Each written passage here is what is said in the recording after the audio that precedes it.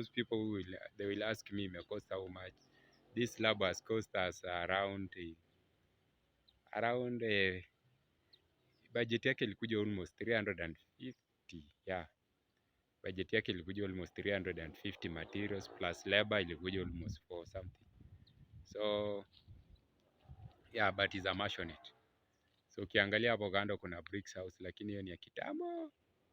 So guys, I have nothing to say. Ukijenga nyumba yako, the first thing you should consider is the height and level, because if you don't consider level of your house, then nyumba yako itakusumbua. So today wacha nitafute kivuli, yeah, nikae chini so that I can explain to you on how, yeah, on today I will explain how to kujenga polepole if you are lowly income person. Yo, ile ni nyumba ya site, so I'm staying here for 2 to 3 days so that I can monitor the slab, then we continue. Things zinaenda hivyo polepole polepole polepole. So guys, welcome to our YouTube channel. Yeah, thank you. Welcome to our YouTube channel, and if you are seeing this video for the first time, please make sure you subscribe. So I think I have nimekuwa busy na with some small issues, but I'm handling them. Mjengo is my business. Yeah, mjengo is my profession, and that's where I earn, or I get my food daily bread. Hapo ndo napata tu food ya kila siku. So thank you very much. So let me explain to you things that may hinder, vitu zenye zitafanya nyumba yako ukijenga your house to be expensive, so that nimeonea kwa huyu like this person, this client. So welcome guys to our YouTube channel.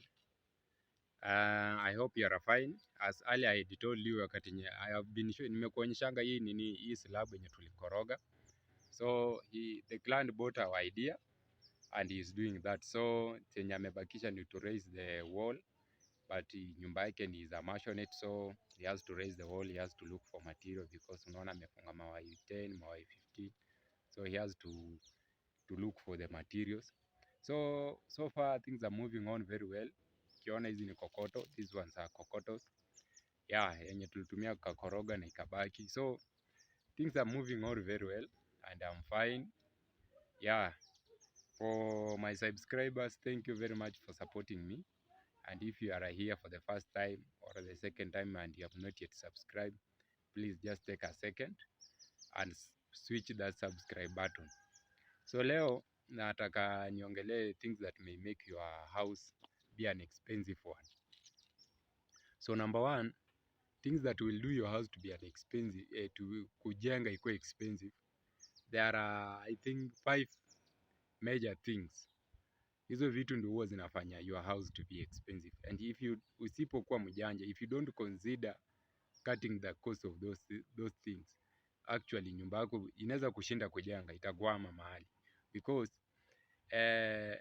mimi like most of the fundis or most of the engineers or most of the contractors, most of the foremen, what they normally do, they normally give you the quotation and they don't give you the miscellaneous quotation, those things. Remember, the miscellaneous quotation ndio inafanya your house kuwa completed haraka or it drag behind, because there are 4 things. Let me name, wacha nikumention here, there are 4 things that will make your house be an expensive house, or those things itafanya nyumba yako itakuwa ngumu be completed on time. Number 1 ni water. Yeah, if you don't have water on your site, then jua hapo it will be too hot for you. Yeah. Second one is electricity. Electricity is an important thing on your site. Nowadays electricity ni kitu ya muhimu sana. If you don't consider usipokuwa na electricity on your site, then be sure of some of the things hazita work well, ama itakuwa expensive for you to import some of the things, so that utoke hapo ziende zichomewe mahali, so that we bring them back again. Number 3 is transport. if you don't minimize on a transportation cost, because wakati yenye client anakuja kwa fundi let me use fundi. Wakati yenye client anakuja kwa fundi anamwambia write for me the materials. Yeah, the fundi, the engineer, the contractor, the foreman atamwandikia the materials of that house. Unaona? That person hata include the transportation ya hizo vitu ama the availability of those materials. Yeye ataandika na anapatia client, anaambia client tafuta, ama client atamwambia ni aje ende unitafutie hizo material. Wakati yenye anapata material anaambia client tuma transport. Yeah? Wewe client wakati yenye ulipatiwa quotation ya material, you only budgeted for that quotation ya material. You never budgeted for transportation. So the fourth thing that we may make your house be an expensive one, and this one normally affects most of the client, under quotation. Under quotation. So under quotation, it comes together with finishing. So if you are a client and your fundi has underquoted your work, then you have fixedly budgeted for that work for you.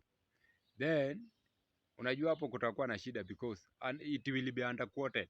So underquotation will hinder the progress of your house. So these four major things, they can make your house be an expensive one for you to build. Because let me begin with water. Water is a major factor in building. Kama venye hii slab yenye tumekoroga hapa hii, everywhere water. Hata fundi kwa site atatumia hiyo maji kukunywa. So kukoroga mchanga, water. Kukoroga let me use that kukoroga slab, water. Kukoroga mortar, water. Curing, maji. You see, even to raise your house, after raise your house, kujenga hiyo nyumba lazima utatumia water. Curing, water. So you must have water in your site. Kama if you are buying water, and then you are rebuilding, wacha nikuassure that's one thing. If you don't budget for your water very well, just be sure your house will be expensive. Like tuseme like a 3-bedroom or a 4-bedroom or a 5-bedroom. If it is costing you like 5 million, then be sure the transportation of water, that's money. Then buying that water, it's also money. Usage of that water is also money. So you will be going at double cost in your buying of water, usage of that water. So make sure if you are building a site, make sure tafuta storage of water. If you want to cut the cost of your building, make sure you cut the cost of unakati ile cost ya nini ya kununua maji. Nunua zile matanks storage of water vizuri. Nunua like 10,000 liters 4.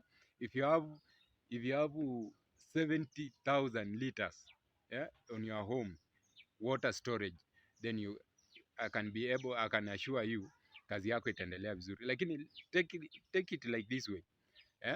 Ndio umeenda kununua maji, fundi are on site waiting for you. No, unajua hawatafanya any job, and let us say you are paying them per day, then your house will drag behind.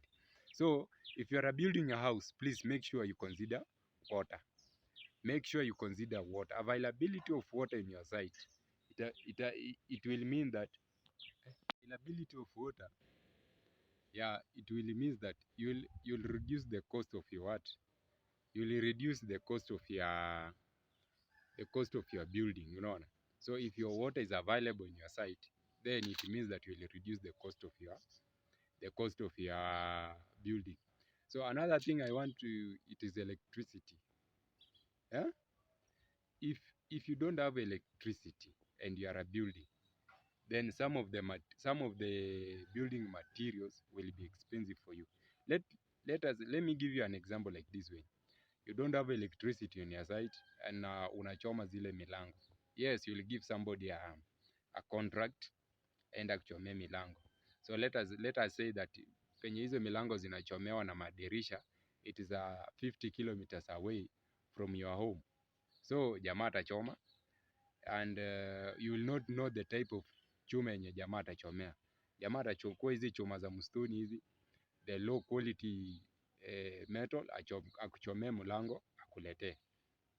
But if you have electricity in your site, then this means that you utaenda hardware, you buy the materials, bring them on site, fundi akuja achomea hapo, so that in case of anything it is secured. Chuma zako ziko sawa, ziko secured. Pia the quality of metal yenye unatumia kuchoma those milango umeridhika nazo, they are better for you, they can service you good. So make sure electricity is a essential thing kwa in building and construction. Make sure kama una build your house lazima stima ikuwe, because there are some of the things zenye huwa tunakata on site, like kukata chuma ya kukoroga, instead of tafuta jamaa na hacksaw blade, we cut them with a grinding disc machine, unaona. So there are things it will reduce the cost of what, it will reduce the cost of your building. So another thing I want to add on is the electricity. Maybe say, let us say that you are doing your house finishing, 90% of your building, 90% of your finishing inatumia electricity, like wardrobe fitting, granite fitting, gypsum fitting, joint sealing, even iron sheet nowadays what na fit, even it is a iron sheet blendering ya chuma, lazima tutumie stima, you see. So make sure electricity iko available, it will cut the cost of your expense of building. So mimi nimekupatia tu I've given you a quotation of a house. I've not given you those miscellaneous things that will do what, will increase the amount of building of your house. So another thing I want to talk about is transportation cost. If you are budgeting for your house, make sure you also budget for your transportation. The reason why I'm saying the transportation is because, yeah, budget for your house, a fixed budget. Let us say I've given you a quotation of 1.8. Then you have not added your transportation cost, because those people who bring those things on site, they will charge you a transportation cost. If you don't add your transportation cost on your on your on your on your on your on your plan or on your budget, then assuming you are a building, then you umetoa 20,000 kwa your plan, on your budget umeweka kwa transportation cost. Ile kitu yenye ungenunua na 20,000, hiyo 20,000 ni hakuna, you start struggling, or you see. So make sure also you budget for your transportation cost. Another thing that people don't huwa inakuja in your building and it may make your house very expensive, it is interior finishing. Yeah, wakati yenye umebuild your house, then the interior of your house unaona haijafanya nini, hauna ile nini, the interior, what can I call it, niitaje, yani ile interior. So the interior work, let me categorize like this way, like plumbing, electric fitting, piping, you see, then painting, tilings.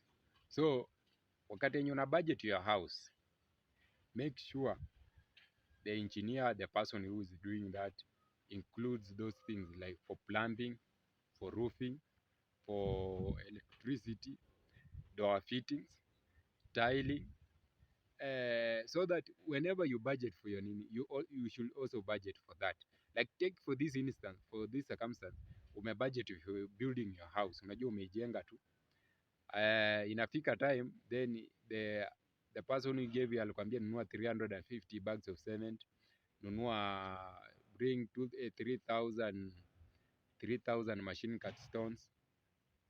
So inafika plaster, you have not budgeted for labor for plaster, you have not budgeted labor for screeding, yeah, screeding ndani ya nyumba, leveling ndani ya unaweka screeding ndani ya nyumba, for leveling, so that you can work it.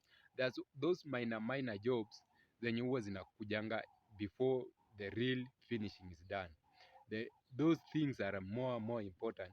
If you don't consider them while building your house will be too expensive for you. So I'm urging you, please, if you are building a house, make sure there are those miscellaneous things you should consider. You should also put aside an extra amount of money, like a quarter of the amount that you are building your house with, for miscellaneous things. Yeah, kuna vitu miscellaneous things that makes your house be an expensive. Let us say you are building in an urban area like this one. We are building in an urban area.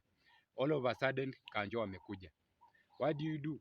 Before mfikishanenge kotini, ya mjengo itakuwa imesimama, utawachotea kitu like 20,000, 30,000. Even there are those who goes for 100k. Yeah? That money you have not budgeted for it. You don't have those miscellaneous money. So if you are doing a building in an urban area, make sure you have a miscellaneous amount that chochote kinaweza tokea while building your house. Kama nyumba yako haijafika finishing, make sure you put aside a little amount that anything can happen during your construction. If you don't put that amount somewhere else, then be sure the money that you have budgeted, wakati yenye those miscellaneous itaanza kukula those money, yeah, then we kwisha, yeah, nyumba yako itasimama, you'll be frustrated, and once you are being frustrated, you'll do nothing. So guys, I'm taking this for I'm taking this for, yani naichukua hii kama just to inform you, if you are a building, make sure those minor issues, yeah, you consider them. Make sure you consider, make sure you plan for them. Kama fundi amesahau, make sure you remind him, what about this one thing, what about this thing. And if you want to make your house if you want to build a house in a cheaper way, make sure unanunua you make sure you assemble all the materials on site. After assembling all materials, then look for the money for labor and look the money for miscellaneous. If you look those money, then be sure you will build your house very fast without any hindrance, ama utajenga nyumba yako haraka bila kukwama. So but before I complete this video, please, if you are watching this video for the first time, please just take a second and press that subscribe button. And for my returning subscribers, I want to thank you very much from the bottom of my heart, because without you, I could not be where I am because of you. I have nothing to add on for today, but for my returning subscribers, please just take a second and and press that subscribe button. Thank you. If you want to make your house to be cheaper, make sure you budget very well. Budget for those miscellaneous things. Make sure you budget for them. So because later I say that kuna those, like sometimes unaita fundi site akuja on site, make sure you budget for that, because fundi pia atakuitisha ameacha his time, ameacha his things, amekuja on your site. Put those small amount aside for easy completion of your house. If you put them aside, then be sure your house will be completed without any hindrance. So thank you.